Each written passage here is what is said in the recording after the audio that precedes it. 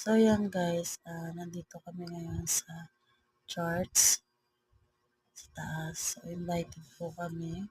So, dito po yung mga bata. Nag-i-stay sila dito kasi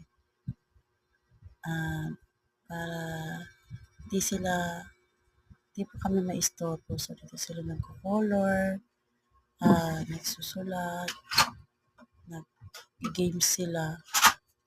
So, ayan. So, ngayon sila ay nagko-color. So, pinahingi ko ng papel kasi wala silang papel yung mga bata. So, ayan. Naghahanap pa sila ng papel. So, si Chiho nasa labas. Naghahanap din ng color.